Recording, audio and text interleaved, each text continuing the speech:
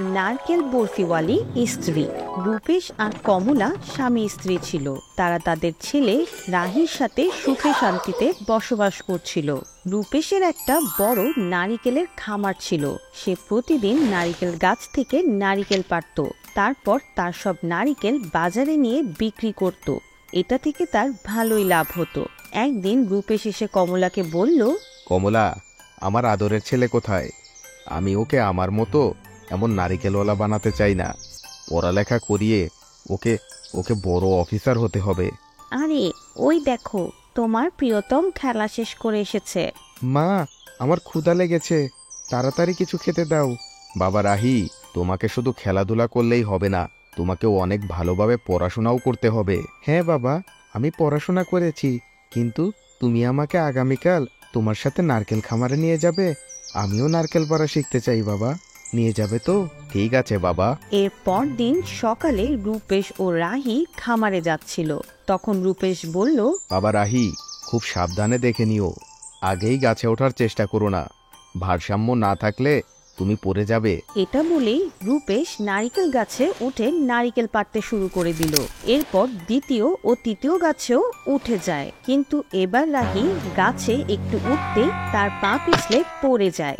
রাহির কিছুই হয় না, কিন্তু তার চিৎকারের আওয়াজ শুনে গাছের উপরে থাকা রূপেশ ভারসাম্য হারিয়ে পা পিছলে উপর থেকে মাটিতে পড়ে যায়। তার কোমরে জোরে আঘাত পায়।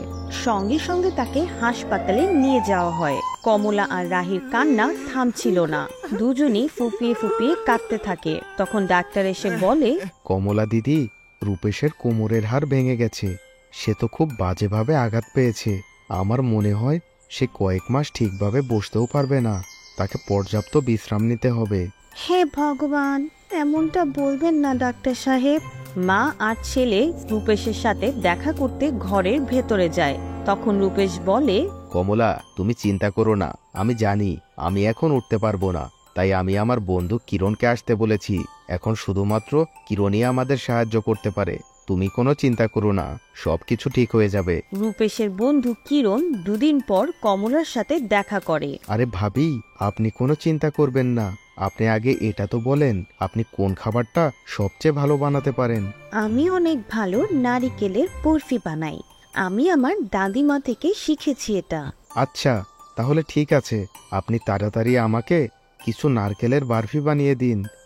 আমি আপনার মিষ্টির দোকানে নারকেলের বরফি উঠাবো, বিক্রি করে যা টাকা আসবে তা শুধু আপনাকেই দেব।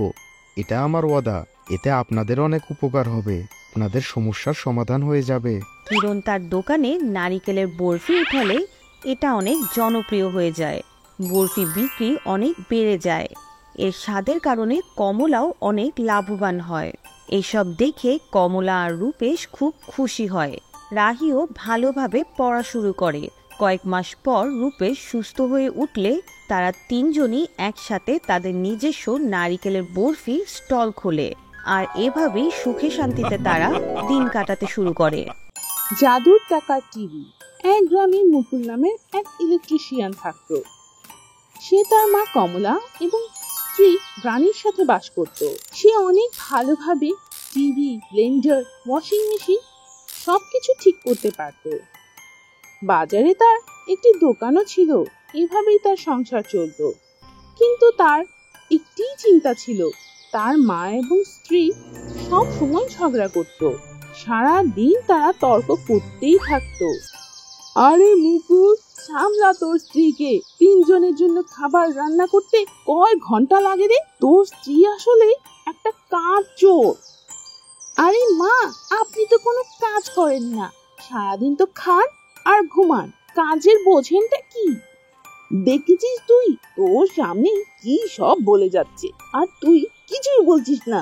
এই অপদার্থ ছেলে আমার কপাল পুড়িয়ে দিল। এসব শুনে মুকুল সেখান থেকে তার দোকানে চলে যায় এবং একটি টিভি ঠিক করতে শুরু করে। যখন সে টিভি ঠিক করার জন্য খুলে ফেলে, তখন হঠাৎ এক দেবী সেখানে আসে। মুকুল অবাক হয়ে যায়। হে বৎস, তুমি এই টিভি খুলে আমাকে মুক্ত করে দিয়েছো, বলো তুমি কি চাও, যা ইচ্ছে চাও। ও দেবী, আমি তো নিজের চোখকেই বিশ্বাস করতে পারছি না। প্রভুর দয়ায় আমার কাছে সব কিছু আছে, আমি আর কিছুই চাই না। আপনি মুক্তি পেয়েছেন, এটাই আমার জন্য অনেক। আমি আর কিছুই চাই না। আপনাকে ধন্যবাদ। আজকের সময়ে তোমার মতো মানুষ তো পাওয়াই যায় না বৎস। ঠিক আছে, তোমাকে কি দিতে হবে তা আমি জানি। এটি বলে দেবী অদৃশ্য হয়ে যায়। যখন বিকেলে মুকুল বাড়িতে ফিরে যায়, শাশুড়ি এবং বউ তখনও ঝগড়া করছিল।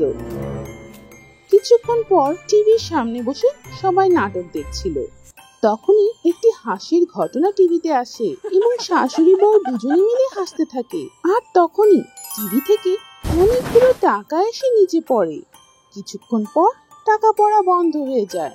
তখন তারা দুজন অবাক হয়ে বলে, টাকা দে টিভি, ও আমার প্রিয় টিভি, আরো টাকা দে, টাকা দে, টাকা দে।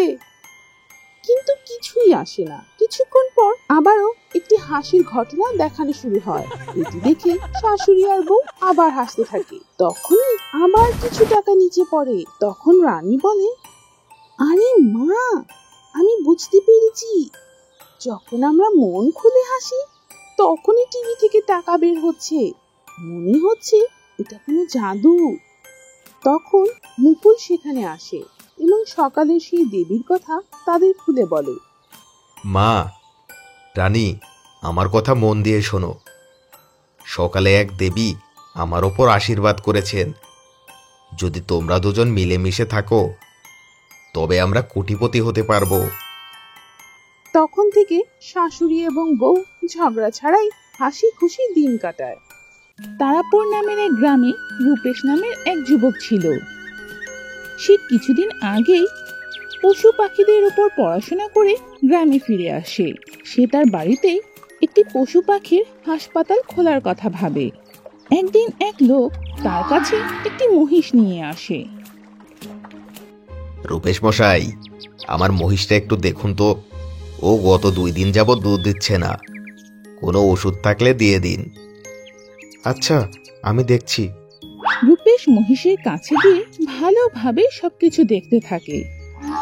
কিছুক্ষণ পর সে বলে, আরে ভাই, আমার তো মনে হচ্ছে তোমার মহিষ একদম ঠিক আছে। গতকাল আর পরশুও দুধ দিয়েছিল, খাবারও তো ঠিকভাবেই খাচ্ছে, ওর কিছুই হয়নি। আরে কিসের ডাক্তার হয়েছিস তুই? যদি চিকিৎসা না করতে পারিস তাহলে বলে দে, আমার ভুল হয়েছে তোর কাছে আমার মহিষ নিয়ে এসে। তখন হঠাৎ রূপেশ মহিষের আওয়াজ শুনতে পায় এবং তার ভাষা বুঝতে পারে। আপনি একদম ঠিক বলছেন ডাক্তার সাহেব, আমি একদম ঠিক আছি। ওনার স্ত্রী ওনাকে না জানিয়ে আমার সব দুধ লুকিয়ে লুকিয়ে বাজারে বিক্রি করে দিয়েছে, উনি তো এটা জানেনই না। তখন রূপেশ বলে, আরে ও ভাই, আমি এখনই আপনার মহিষের কথা শুনেছি, ও একদম সুস্থ আছে। সব ভুল তোমার স্ত্রীর, সে সব দুধ তোমাকে না বলেই বিক্রি করে দিয়েছে। আরে যা, আমাকে পাগল ভাবিস নাকি? তুই একটা পাগল, এসেছে মহিষের কথা বুঝনেওয়ালা। কিন্তু তখনই মহিষ বুঝে ফেলে যে ডাক্তার তার কথা বুঝতে পেরেছে। সে ফিরে গিয়ে গ্রামে অন্য সব প্রাণীদের এই কথা জানিয়ে দেয়। তখনই সব প্রাণীরা, যেমন ছাগল, মুরগি, গরু, কুকুর, সেই ডাক্তারের কাছে আসে। তাদের দেখে তাদের মালিকেরাও সেখানে আসে। তখন একটি মুরগি বলে, ডাক্তার সাহেব, ডাক্তার সাহেব, 2 দিন যাবত আমার অনেক জ্বর এসেছে, আমার মালিক তো বুঝতেই পারছে না। আচ্ছা, এই নাও ওষুধ, তুমি এখনই সুস্থ হয়ে যাবে, এখন যাও। এরপর একটি ছাগল আসে, একটি গরু ও কুকুর এসে ডাক্তার সাহেবের কাছে তাদের সমস্যার কথা বলে ওষুধ নিয়ে সেখান থেকে চলে যায়। তখন গ্রামের সবাই বুঝতে পারে যে ডাক্তার রূপেশ প্রাণীদের ভাষা বুঝতে পারে। তখন গ্রামের সবাই এবং প্রধান এসে তাকে বলে, আরে ডাক্তার সাহেব, আপনি তো অলৌকিক মানুষ, প্রাণীদের কথা বুঝতে পারেন। এভাবে তো আপনি সব প্রাণীদের সমস্যার সমাধান করতে পারবেন। এজন্য আমি একটা পরিকল্পনা করেছি। কেননা আমরা মুরগির মতো ডিজাইন করে আমাদের গ্রামেই একটা পশু হাসপাতাল বানিয়ে ফেলি। এভাবে আমাদের গ্রামও অনেক বিখ্যাত হয়ে যাবে। কি বলেন আপনি? ঠিক আছে প্রধান মশাই, আপনি যা ভালো মনে করেন। তখন সবাই মিলে একটি বড় হাসপাতাল বানিয়ে ফেলে। এরপর বিভিন্ন গ্রাম থেকে লোকেরা প্রাণীদের চিকিৎসা করার জন্য রূপেশের কাছে আসতে থাকে। সোনার গুহা এবং লম্বা পাওয়ালা লোভী মহিলা। এক গ্রামে কমল নামের এক লোক তার স্ত্রী বিমলার সাথে বাস করত। কমল অনেক পরিশ্রমী এবং সৎ লোক ছিল। সে গরিব হলেও যতটা সম্ভব লোকদের সাহায্য করত। এমন কাজের কারণে তার স্ত্রী বিমলা অনেক বিরক্ত হতো। সে সব সময় কমলকে বলতো, তুমি তো দেখছি মানবেই না, একদম গরিবের রবিনহুড হয়ে গেছো। লোকদের সাহায্য করার জন্য সব সময় প্রস্তুত থাকো। যদি তুমি এইভাবেই চলতে থাকো তাহলে কিন্তু আমি আমার বাপের বাড়ি চলে যাব বলে দিচ্ছি। তারপর একাই থেকো এখানে। আরে তুমি রাগ কেন করছো? আমার যতটা সম্ভব আমি লোকদেরকে সাহায্য করি। দেখবে একদিন প্রভুও আমাদের সাহায্য করবেন। একদিন আমাদের অবস্থা অবশ্যই পরিবর্তন হবে। আমাদের আবার দিন পাল্টাবে, জানি না সেই দিন কবে আসবে। কমলের কথা শুনে তার স্ত্রী রাগ করে সেখান থেকে চলে যায় এবং কমল তার কাজ করতে চলে যায়। কিন্তু যখন সে কাজ থেকে ফিরে আসছিল তখন সে দেখতে পায় একটি পাখি অজ্ঞান হয়ে পড়ে আছে। কমল সেটিকে পানি দেয়। পানি পান করতেই পাখি জ্ঞান ফিরে আসে, কিন্তু সেটি তখনও উঠতে পারছিল না। কমল পাখিটিকে উঠিয়ে তার বাড়ি নিয়ে যায় এবং সেটিকে খাবার দেয়। এসব দেখে তার স্ত্রী আবার রাগ করে, এবার তো দেখি বেশি বাড়াবাড়ি করছো। মানুষ তো মানুষ, এখন তো এই পশু পাখিদেরও বাড়িতে নিয়ে এসছো। কিন্তু কমল তার কথা শোনে না। সে পাখির সেবা করতেই থাকে। কিছুদিনের মধ্যেই সেই পাখি সুস্থ হয়ে যায়। সেটি আবার উঠতে শুরু করে। কিন্তু সে উড়ে চলে যাবার আগে কমল ও তার স্ত্রীর কাছে গিয়ে বলে, তোমরা আমার প্রাণ বাঁচিয়েছো, আমি তোমাদেরকে কিছু দিতে চাই, চলো আমার সাথে। এটি বলে পাখি উঠতে শুরু করে। কমল এবং তার স্ত্রী পাখির পেছন পেছন যেতে থাকে। পাখিটি উঠতে উঠতে জঙ্গলের মাঝে একটি পাহাড়ের কাছে যায়। সেই পাহাড়ে একটি গুহা ছিল। সেই গুহাটি সোনার মতো চমকাচ্ছিল। পাখি কমলকে উপরে আসার ইশারা দেয়, কিন্তু কমল এবং তার স্ত্রী সেই পাহাড়ে উঠতে পারে না। তখনই পাখি তাদের উপর দিয়ে উড়ে যায় আর তাদের পা অনেক লম্বা হয়ে যায়। এরপর তারা একদম পাহাড়ের গুহার কাছে চলে যায়। তারা দুজন অবাক হয়ে দেখে যে গুহাটি সোনা দিয়ে ভরপুর ছিল। পাখি তাদের ইশারা করে বলে যে তারা যত ইচ্ছে সোনা নিয়ে যেতে পারে। এটি দেখে কমল তার স্ত্রীকে বলে, দেখো বিমলা, আমি তোমাকে বলেছিলাম না যে প্রভু একদিন আমাদেরকে সাহায্য করবেন। আজ প্রভু আমাদের দয়া করেছেন এবং এই পাখিকে আমাদের কাছে পাঠিয়েছেন। আজ পাখির কারণে আমাদের সব সমস্যা দূর হয়ে যাবে। কমল এবং তার স্ত্রী অনেকগুলো সোনা উঠিয়ে নেয় এবং তারা দুজন পাখিকে ধন্যবাদ দেয়।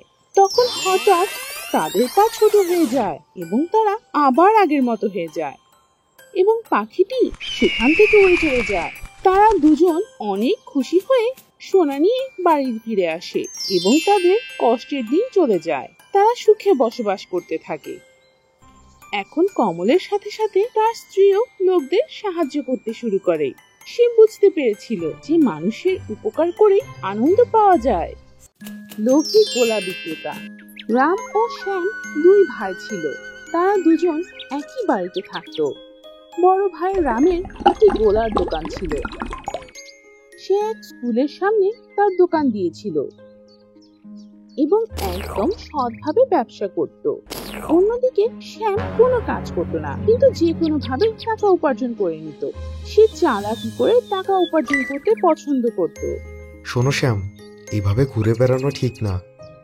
সততার সাথে কোনো কাজ করো, তাহলেই তুমি সফল হতে পারবে। আরে ভাইয়া, তুমি শুধু সারাদিন সততার ভাষণ দাও। কি পেয়েছো কি তুমি সততার সাথে ব্যবসা করে?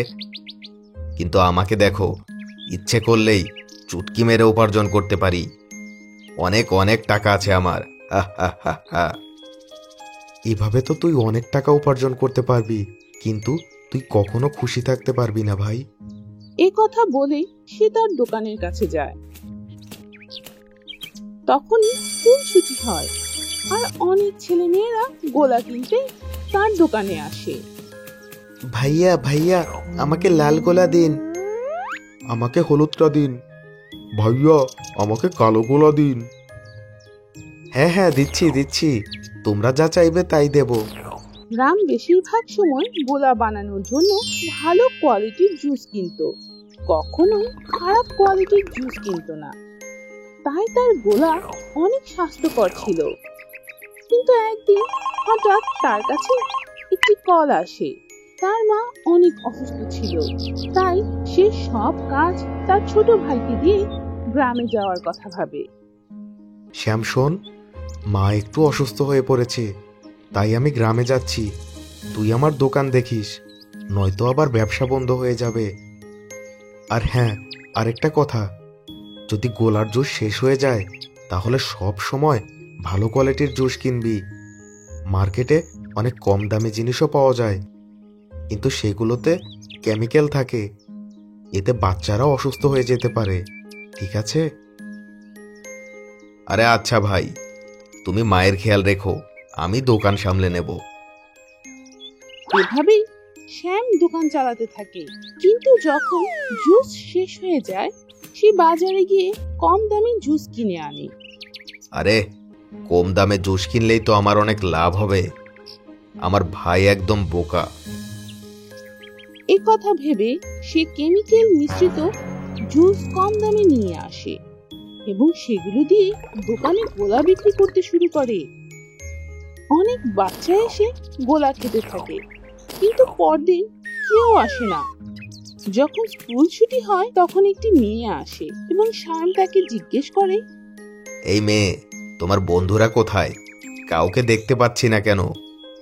গতকাল যারা আপনার থেকে গোলা খেয়েছিল সবাই অসুস্থ হয়ে পড়েছে, সবাই হাসপাতালে ভর্তি হয়েছে, সবাই এখন আপনার উপর অনেক রাগ করেছে।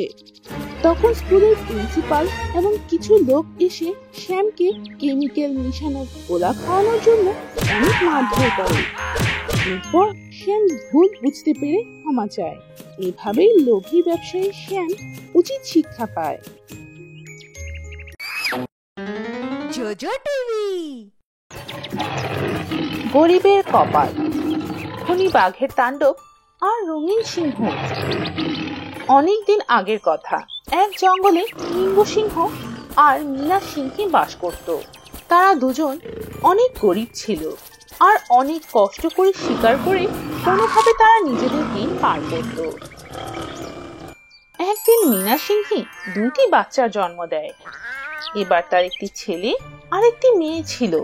সে তার ছেলের নাম রাখে বিগু আর মেয়ের নাম রাখে চিক্কি। কিন্তু মেয়ে সন্তানের জন্ম হওয়ায় মিঙ্গু খুশি ছিল না। হে প্রভু, তুমি আমাকে মেয়ে কেন দিলে? আমি একে লালন পালন করতে পারবো না। আমি এক্ষুনি একে এই জঙ্গল থেকে অনেক দূরে ফেলে আসব। মিঙ্গু তার নবজাতক কন্যা চিক্কিকে জঙ্গলের বাইরে নদীর ওপারে অন্য জঙ্গলে ফেলে আসার সিদ্ধান্ত নেয়। তাই সে সেইখানে তার মেয়েকে রেখে ফিরে আসে। মিঙ্গু চলে যেতে চিক্কি জোরে জোরে কান্না করতে থাকে। তখনই এক হিংস্র বাঘ তার কান্না শুনে তাকে আক্রমণ করার কথা ভাবে। বাহ, আজ তো দারুণ মজা হবে। টাটকা তাজা ছোট্ট বাচ্চার মাংস, আজ তো দারুণ মজা হবে। বাঘ যখনই চিক্কিকে খেয়ে ফেলার জন্য এগিয়ে আসে, তখনই হঠাৎ সেখানে এক অদ্ভুত রঙিন সিংহ ছুটে আসে আর বাঘকে তার জাদুর শক্তি দিয়ে সেখান থেকে তাড়িয়ে দেয়। আরে, এ তো অনেক সুন্দর একটা সিংহের বাচ্চা। একে এখানে কে ফেলে গেছে? তখন রঙিন সিংহ আরেকটি সমাধান বের করে আর সে চিক্কি সিংহীকে একটি গাভীকে দিয়ে দেয় আর বলে, তুমি কি এই বাচ্চার দেখাশোনা করবে? জানি না কে কে জঙ্গলে ফেলে গেছে। আমি একে আমার সন্তানের মতোই লালন করব। গাভী হাসি মুখে সিংহের বাচ্চাকে লালন পালন করতে রাজি হয় আর তাকে খুব যত্ন করে দেখাশোনা করে। গাভী সিংহীকে জঙ্গলে থাকতে শেখায় আর তার সাথে অনেক খেলাধুলা করে। এভাবে অনেক দিন হয়ে যায়। অন্যদিকে মিঙ্গুর ছেলে বিগুও বড় হয়ে যায়, কিন্তু সে মোটেই বুদ্ধিমান আর শক্তিশালী ছিল না। সে শুধু সারাদিন ঘুমিয়েই পার করত। তার বাবা খুব খুব চিন্তায় ছিল। একদিন বিগুর সাথে ওই হিংস্র বাঘের লড়াই হয়, আর বাঘ তাকে আক্রমণ করে বেহুশ করে ফেলে। ছোট্ট একটি হাতি এটি দেখে ফেলে, আর সে গিয়ে মিঙ্গু আর মিনাকে সব কথা জানায়।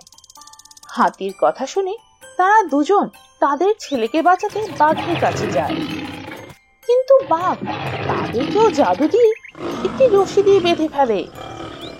তখন এমন সময় চিক্কি সিংহী নদীর পাড় দিয়ে যাচ্ছিল, আর এই সব তার চোখে পড়ে। চিক্কি সিংহী তাদের তিনজনকে বাঁচাতে বাঘকে আক্রমণ করে আর তাকে মেরে ফেলে। সবাই প্রাণে বেঁচে যায়। মিনা সিংহী চিক্কির মুখে তার জন্মদাগ দেখে তাকে চিনে ফেলে আর বলে, মা, আমি তোমার মা, এসে তোমার বাবা তোমাকে বোঝা মনে করে ছোটবেলায় অন্য জঙ্গলে ফেলে এসেছিল মা। হ্যাঁ মা, আমি ভুল করেছি, আমাকে ক্ষমা করে দাও।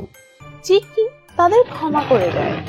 সবাই আবার একসাথে থাকতে শুরু করে। গরিব জেলে জাদুর মতি। অনেকদিন আগের কথা। এক গ্রামে সোহান নামের এক জেলে বাস করত। সে তার ছেলে মুন্নু আর তার স্ত্রী সোনিয়ার সাথে ছোট্ট একটি ভাঙা ঘরে থাকত। প্রতিদিন সকালে সোহান নদীতে মাছ ধরতে যেত, আর সেগুলো সে বাজারে নিয়ে বিক্রি করত। মুন্না তার বাবার থেকে একদম আলাদা ছিল। সে প্রতিদিন সকালে খাবার খেয়ে খেলা করতে বাড়ি থেকে বেরিয়ে যেত, আর রাতে দেরি করে বাড়ি ফিরত। একদিন সোহান মুন্নুকে বলে, বাবা, তুমি তো এখন বড় হয়ে গেছো, কাল থেকে তুমি আমার সাথে নদীতে মাছ ধরতে চলো। তুমি সাহায্য করলে অনেক বেশি মাছ ধরতে পারবো। আরে না বাবা, আমি আপনাকে কাল সাহায্য করতে পারবো না। কাল আমার অনেক কাজ আছে, আর একটা অনুষ্ঠানেও যেতে হবে আমাকে। কিন্তু বাবা, আর কতদিন এভাবে মেহনত করে যাব, আর এভাবে কতদিন টাকা উপার্জন করব? এখন তো তোমার এই পরিবার সামলানোর সময় হয়ে গেছে, এসব তোমাকেই করতে হবে বাবা। মুন্নু তার বাবার কথা না শুনে বাইরে চলে যায়। পরদিন মুন্নু ঘুরে বেড়ানোর সময় পাশেই ঝলমল করতে থাকা কিছু একটা দেখতে পায়। সে কাছে গিয়ে দেখে যে এটি একটি কাচের বক্স। সেই কাচের বক্সের মধ্যে অনেক মতি ছিল। মুন্নু যেই সেই বক্সটি তুলতে যায়, কে আমাকে হাসিল করতে এসেছে? তোমার নাম কি? কোথা থেকে এসেছো? আমার নাম তো মুন্নু। আমার সাথে কি বক্সের ভেতরের মতি কথা বলছো? আমি কি তোমাকে নিতে পারি? হ্যাঁ, আমি এই কাচের বক্সে বন্দি মতি। আমাকে পেতে হলে তোমাকে লোভী না, সৎ হতে হবে, আর তোমাকে পরিবর্তন করতে হবে। কিন্তু আমি তো সৎ, আর আমি আমার সব বন্ধুদেরকেও সাহায্য করি। কিন্তু তুমি কি তোমার বাবাকে সাহায্য করো? তুমি তোমার নিজের সাথে সৎ হও। মুন্নু কিছুক্ষণ ভাবতে থাকে। তারপর মতি আবারও বলে, কিছু সময়ের জন্য ওই সব জিনিস তুমি করার চেষ্টা করো যেগুলো তুমি তোমার আলসেমির জন্য করো না। যখনই তোমার মধ্যে সত্যিকারের পরিবর্তন আসবে, আমি তখন তোমার সামনে আবার হাজির হব। মুন্নু মতির কথা মেনে চলে, আর পরদিন থেকেই সে তার বাবার সাথে কাজে লেগে পড়ে। যখন সোহান মাছ ধরতে যায়, তখন মুন্নু তার সাথে সাথে যেতে শুরু করে আর তার কাজে সাহায্য করে। আজ আমাকে সাহায্য করে তুমি অনেক ভালো করেছো বাবা। এ কথা শুনে মুন্নু অনেক খুশি হয়। কয়েক সপ্তাহ পর একদিন বিকেলে নদীতে মুন্নুর সামনে মতি হাজির হয়। তুমি কি আমাকে নেবে না? আমি অনেক দিন ধরে তোমাকে দেখছি, তোমার মধ্যে অনেক ভালো পরিবর্তন এসেছে মুন্নু। হ্যাঁ, কিন্তু আগে আমি এই মতি শুধু আমার খুশির জন্যই নিতে চাইতাম, কিন্তু সত্যি বলতে আমার বাবার সাথে কাজ করে আমার বেশি ভালো লাগছে। তুমি আমার অনেক বড় উপকার করেছো। এরপর থেকে মুন্নু একটি সৎ ও সুখী জীবন যাপন করতে থাকে। মতি তাকে সৎ বানিয়ে দিয়েছিল। এক গ্রামে মানি নামের এক ছেলে তার মায়ের সাথে বাস করত। তার বাবা মারা গিয়েছিল। তারা অনেক গরিব ছিল। তারা গ্রামের পাশে একটি ছোট্ট কুঁড়ে ঘরে থাকত। মানির মা লোকজনদের কাপড় সেলাই করে নিজের সংসার চালাতো।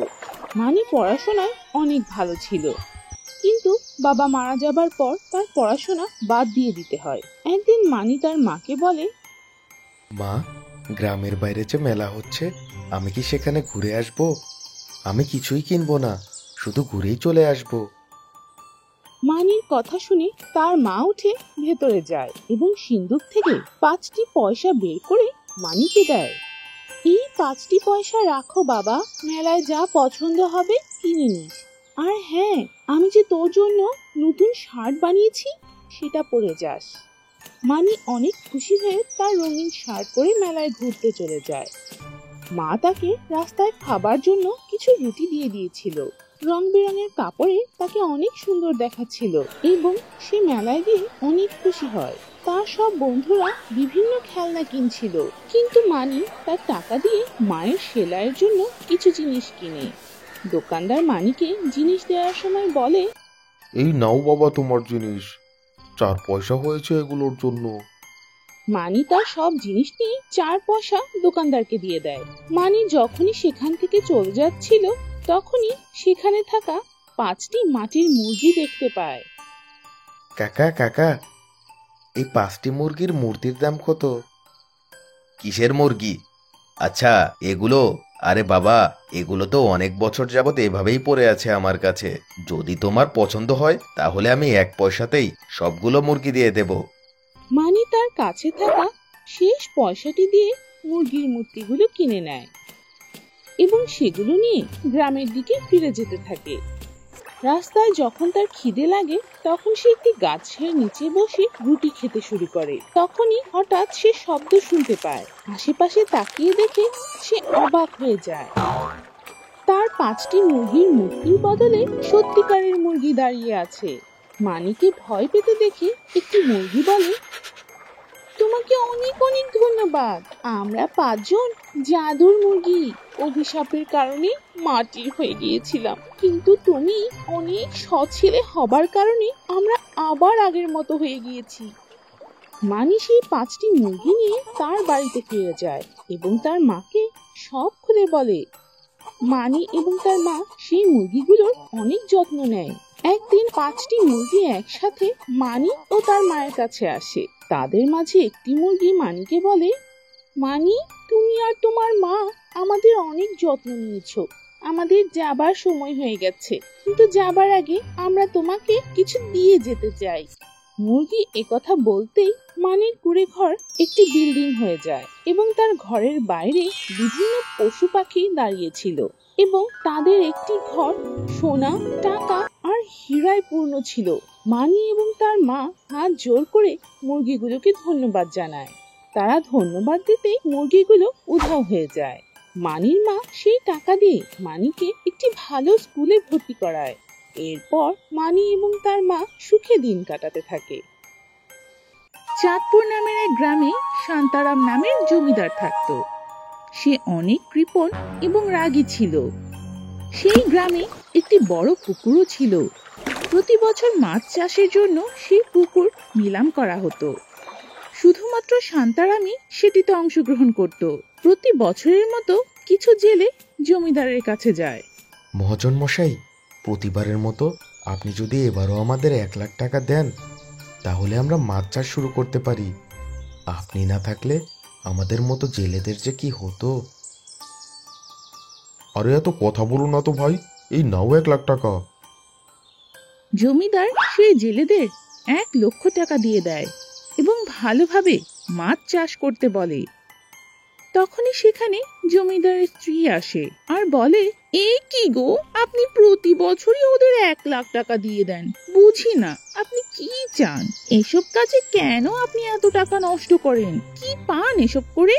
আরে পাগলি, আমি তো আর পাগল না।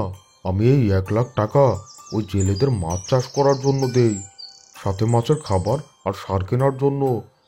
কিন্তু বছর শেষে আমি 5 গুণ লাভ পাই। প্রতি বছর আমি মাছ বিক্রি করে 5 লাখ টাকা পাই। চাঁদপুরে শরৎ নামের এক ফার্মিং ইঞ্জিনিয়ার আসে এবং সে জেলেদের বলে, আরে, এটা তো অনেক ভালো একটা পুকুর। আপনারা এটা থেকে তো অনেক ভালো উপার্জন করতে পারেন। কোথায় আর উপার্জন শরৎ ভাই? মাছ বিক্রি করে তো অনেক টাকাই পাই, কিন্তু সেটার 80% ওই শান্তারামই নিয়ে যায়। আমাদের ভাগে তো কিছুই থাকে না। আরে, এটা তো অন্যায়। এটা কিভাবে হতে পারে? সে তো আপনাদের ঠকাচ্ছে। আরে শরৎ ভাই, প্রতি বছরের পুকুরের নিলামে সেই অংশগ্রহণ করে আর আমাদের 1 লাখ টাকা দেয়, আর এরপর সে 5 লাখ টাকা নিয়ে যায়। আমাকে তার কাছে নিয়ে চলুন, আমি নতুন একটা পুকুর বানিয়ে আপনাদের 3 গুণ লাভ দেব। এভাবে সবাই মিলে শরৎকে জমিদারের কাছে নিয়ে যায়। জমিদার মশাই, আপনি যেটা করছেন সেটা তো অন্যায়। আপনি এই গরিব লোকদের রক্ত চুষে খাচ্ছেন। এই বছর আমি একটা নতুন পুকুর বানিয়ে জেলেদের 3 গুণ লাভবান করব। শরৎ সেদিনই কাজে লেগে যায়। সে ট্রাক্টরে করে একটি পাম্প নদীর পাশে নিয়ে যায় এবং নদী থেকে পানি নিয়ে একটি পুকুর ভরতে থাকে। পরদিনই অনেকগুলো মাছ এনে তার পুকুরে ছেড়ে দেয়। সে মাছ চাষে শিক্ষিত হবার কারণে কম দামে বিভিন্ন ধরনের খাবার এবং সার পুকুরে দিতে থাকে এবং এভাবে সেই বছর শরৎ পুকুর থেকে 10 গুণ লাভ করে। এরপর শরৎ তার সাথে থাকা কাজ করতে থাকা জেলেদের লাভের অর্ধেক দিয়ে দেয়। তুমি তো আমাদের ভাগ্যই খুলে দিলে শরৎ ভাই। একটা ট্রাক্টর আর পাম্প দিয়ে নতুন একটা পুকুর বানিয়ে দিলে। আমাদের পাশে থাকার জন্য ধন্যবাদ শরৎ ভাই। এইসব দেখে শান্তারামের কাছে কাজ করতে যাওয়া জেলেরাও শরতের সাথে যোগ দেয়।